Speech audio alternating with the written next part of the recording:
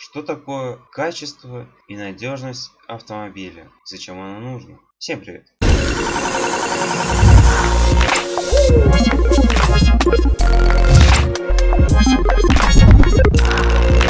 Качество и надежность автомобиля – это совокупность свойств, определяющие его пригодность по назначению. Стандартами определено следующие свойства, на которых автомобиль должен соответствовать. Первое – это эксплуатационные и потребительские свойства, такие как мощность или расход топлива. Второе – надежность и долговечность. Под надежностью подразумевают свойства автомобиля работать на протяжении долгого времени в определенных условиях. Долговечность подразумевает такое свойство автомобиля работать на протяжении долгого времени вплоть до полного разрушения или критических свойств, до технического обслуживания или ремонта. Третье – это эксплуатационные свойства. В нее входит, например, как форма кузова или салон. Работоспособность автомобиля. Под работоспособностью автомобиля подразумевает свойство автомобиля отвечать всем соответствующим требованиям,